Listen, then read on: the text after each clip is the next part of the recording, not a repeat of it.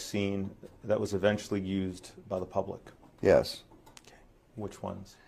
Well, rubella, rotavirus, rabies, and I've made contributions here and there to anthrax, cytomegalovirus, varicella. Your work related to vaccines, how many fetuses have been part of that work? My own personal work, 2. I'm going to hand you what's been marked Plaintiff's Exhibit 41. Okay.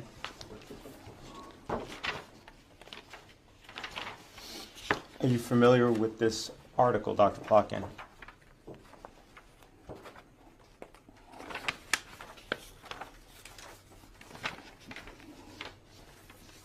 Yes.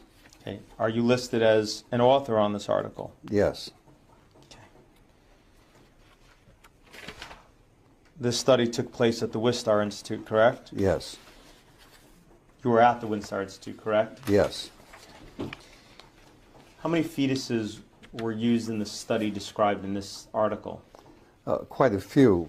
So this study involved 74 fetuses, correct? I don't remember exactly how many. You could turn to page 12 of the study.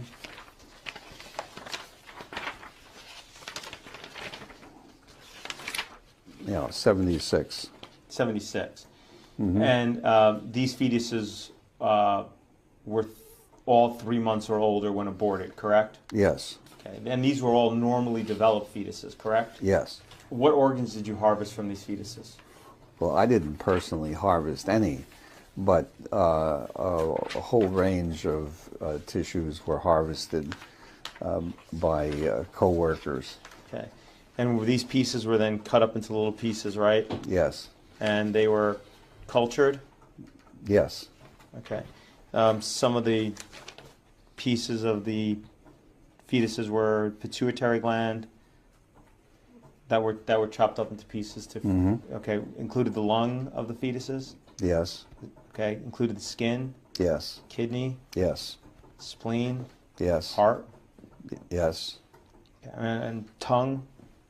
I don't recall, but yeah, probably yes. So I just want to make sure I understand. In your entire career, and this was just one study, so I'm going to ask you again.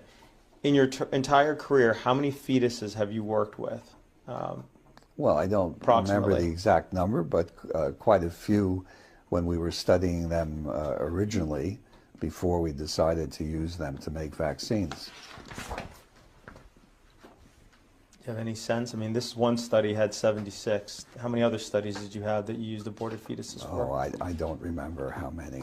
You're aware? Are you aware that one of the objections to vaccination by the plaintiff in this case is the inclusion of aborted fetal tissue in the development of vaccines and the fact that it's actually part of the ingredients of vaccines? Yeah, I'm aware of those objections. The Catholic Church has actually issued a document on that which says that individuals who need the vaccine should receive the vaccines regardless of the fact, and that I think it implies that I am the individual who will go to hell because of the use of aborted tissues, which I am glad to do. Okay. Do you know if the mother is Catholic? I have no idea. Okay. No. Do you take issue with religious beliefs? Yes. Okay. You have said that, quote, vaccination is always under attack by religious zealots who believe that the will of God includes death and disease? Yes. You stand by that statement? Have you ever used orphans to study an experimental vaccine? Yes. Have you ever used the mentally handicapped to study an experimental vaccine? I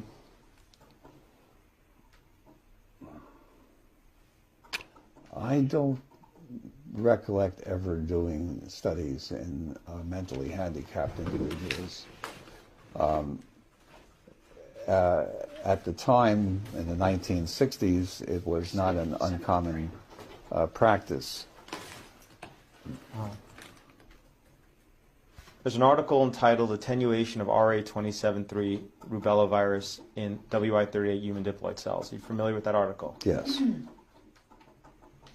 In that article, one of the things it says is one of the things it says is 13 seronegative, mentally retarded children were given RA27.3 vaccine. Okay, well, then that's, in that case, that's what I did. Okay. Have you ever expressed that it's better to perform experiments on those less likely to be able to contribute to society, such as children with handicap, than with children without or adults without handicaps? I don't remember specifically, but it's possible. Do you remember ever writing to the editor of Ethics on Human Experimentation? I don't remember specifically, but I may well have. Do you recognize this letter you wrote to the editor? Yes. Okay. Did you write this letter? Yes. Okay. Is one of the things you wrote, the question is whether we are to have experiments performed on fully functioning adults and on children who are potentially contributors to society, or to perform initial studies in children and adults who are human in form but not in social potential. Yes. Okay. It may be objected that this question implies a Nazi philosophy, but I do not think that it is difficult to distinguish non-functioning persons from members of ethnic, racial, economic, or other groups. Mm-hmm. Okay.